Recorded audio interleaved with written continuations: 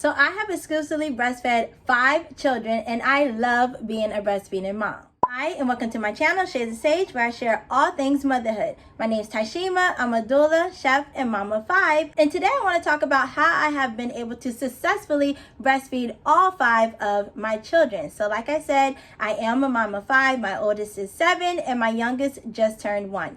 And I exclusively breastfed all of them. I am still exclusively breastfeeding my youngest child. And for me, breastfeeding was just like a no-brainer. It was a no-brainer because it is what I saw growing up. I am one of 10, and my mom breastfed all of us. So it was very normalized in my household, and it was a no-brainer for me when I, became a mother, when I was planning on being a mom, before I had my children, that was the way I was going to breastfeed my baby, like no doubt in my mind. But saying that though, or that being said, I still wanted to make sure that I had breastfeeding knowledge and education. And so that's one of my biggest tips to moms out there or future moms out there. Like if you want to be a mom in the future, you want to have a family, make sure that you get some breastfeeding education before you become a mom, preferably before you become pregnant, but especially throughout your pregnancy. Once you do become pregnant, before you give birth to your baby, that is going to be one of the best things to set you up on breastfeeding success, because the more you know, the more you can navigate things, problems, troubleshoot, anything like that as the problems arise, or if they arise on your breastfeeding journey, once your baby is here and safely delivered. I'm telling you, it is just going to be so much more of a burden or so much more chaotic if you don't know anything about breastfeeding at all, right? Like say you're the first person in your family that's breastfeeding. You don't even know. I mean, like a lot of people think, and I want to say breastfeeding is biological, right? It's natural. It is what our bodies as women literally are made and designed to do. Our best is to breastfeed our babies, right? That being said, though, breastfeeding is a learned skill. And I want to mention that. I have to mention that because even though it's something that babies do, moms' bodies do, as you are pregnant, your body is already preparing that breast milk for your baby in the form of colostrum. Then once your baby is born, then your milk comes in, a few days after birth. But it is something that you still have to learn, because you may need to learn how to latch your baby, what positions work best for you and your baby, making sure that the baby is latched correctly. So not just latched onto your breast, but latched correctly, right? Like you don't want a shallow latch. You want a nice deep latch. You want to know how to wake your baby up in order to breastfeed your baby, which that one's a little controversial. Again, like I said, I am also a breastfeeding counselor. I make tons of videos on breastfeeding because it is a passion of mine. So if this is the first video that you're seeing of mine, or the first time that you're seeing me, I have a breastfeeding playlist on this channel. I will link it above and below, okay, so that you can check it out. Hundreds of videos, like literally, okay, about anything that you can think of concerning breastfeeding. And I am still like currently going through my playlist and seeing what haven't I talked about, what haven't I touched on that would help other moms out there, because my goal on this channel is to get as many moms breastfeeding for as long as possible. So for infancy and beyond, all right? And so, yes, you want to make sure that you have breastfeeding knowledge and just like the know-hows of breastfeeding, because when things come up, once your baby is born, it's going to be harder to navigate it, just because like, I gotta feed this baby, right? And this isn't working, breastfeeding is not working, so I'm just gonna go to formula or whatever. But if you know what to kind of expect going into it, if you do have a problem that arises, you can always reach out, for help or resources, or know how to like kind of get over that hurdle with breastfeeding. Just because you have a problem with breastfeeding doesn't mean you have to stop, right? Like a lot of things in life that are worth it, right, or that are like worth the effort, they take dedication, they take consistency, and they take that mental fortitude of, I can overcome this, I can do this. What do I need to fix? What do I need to change? Who do I need to talk to help me with this problem, or whatever? Breastfeeding is definitely one of those things. So like I said, even though it is a natural thing, it is, what our bodies are made to do, what our babies' bodies are made and designed to take in, you still have to learn. And that's why I say, make sure that you, in addition to getting your breastfeeding information, right, make sure that it's coming from the right sources, because there is so much out there. And I have another video that I've talked about, like breastfeeding myths and misconceptions about breastfeeding, because there's so much out there about breastfeeding. The knowledge and the information is out there, right? But it's not all true.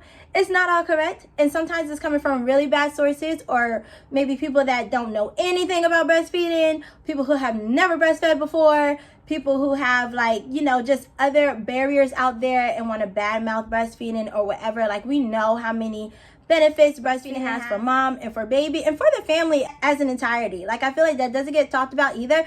Breastfeeding is beneficial for the whole entire family. I would do another video on that.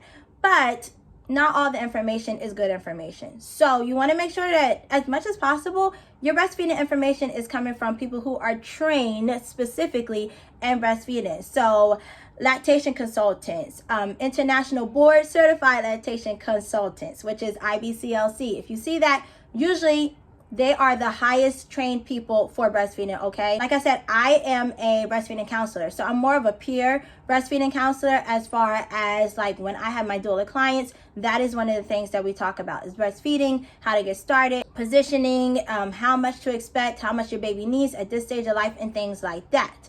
But the IBCLCs are the highest top ranked ones in a lot of hospitals. You know, when you are postpartum and you have just delivered your baby, they have them. So reach out to them, utilize your resources. A lot of them have like 24-hour hotlines as well. So definitely utilize that if you need to. They have specific training in breastfeeding. So they have the school training and they have the clinical training. Okay, so they're usually the best people to go to. I'm not going to say though that all of them are as breastfeeding supportive as I would like them to be, because I have seen some accounts personally that are, you know, these women are IBCLCs and some of the stuff just kind of rubbed me the wrong way. Yeah, but you can reach out to them. They have a lot of knowledge about breastfeeding. They have been working in the field for a number of years in order to get that, you know, certification. And they usually can help you troubleshoot almost any problem. But again, it really does kind of, even for them, it does kind of come on or go based on their personal experiences as well. So if you feel like you're talking to one and you really don't mesh on like your goals or like what they're telling you to do, and you feel like maybe I don't like this information or this advice, you can reach out to someone else. But also with breastfeeding, just try to remember to trust yourself as well. Breastfeeding is very intuitive, I feel like. Same thing as with pregnancy, same thing as with childbirth, you know, like as you're going throughout your pregnancy, you know, certain things may be recommended to you and you may do whatever, but if it doesn't feel right for you and your body and your baby, you may not want to do whatever that was recommended. Same thing for your birth. If someone's telling you to push in this position or to, you know, labor this way, if it doesn't feel good for you and your body, it's usually because it's wrong for you and your body, and you need to do what feels best for you. So trust your body as well. Just because you're not pumping out gallons and gallons and gallons of breast milk does not mean you don't have enough breast milk for your baby, okay? So trust your body and trust your baby's body. And I will always say on this channel, the best way to breastfeed your baby is feeding on demand. And what does that mean? That means putting your baby to breast as often as possible throughout the day and night. If you want to maintain a good supply, day and night. You cannot skip sessions. You cannot go too long without breastfeeding your baby. You cannot pump in place of putting your baby on your breast.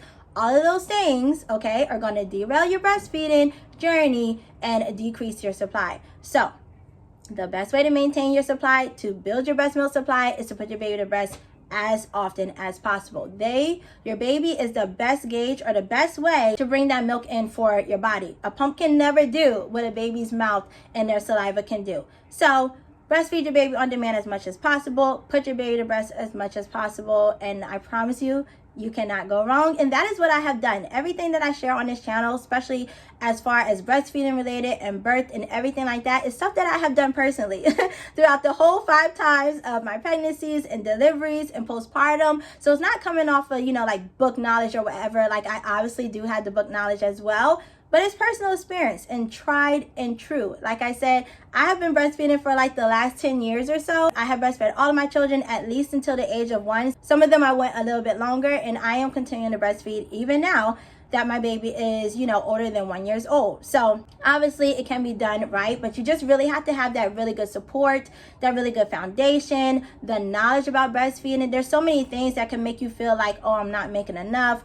or I need to supplement. Like for cluster feeding, the first time I experienced that as a new mom, I thought I wasn't making enough, because I'm like, in my head, how is my baby hungry and I just fed my baby 30 minutes ago, or I just fed my baby an hour ago? There's no way, right? But for cluster feeding, I now know as a mom of 5 and, you know, continue to do my research and stuff, it's because babies are about to hit a milestone, or they're going through another phase in life, right? Like either a physical milestone or developmental milestone, and they need those extra calories and they need that extra nourishment from you in order to hit those milestones. So they will continue to feed and seem like just like an endless hungry baby until they reach that milestone or until they get what they need from you and your breast milk, and then it will taper out, right? Like it usually happens in stages of 3. So 3 weeks old, 6 weeks old, 9 weeks old, 3 months old, 6 months old, 9 months old, and so on and so on and so on. All right. So yeah, so that's something that, you know, as a new mom, if your baby's eating very often or seems like he or she wants to eat often,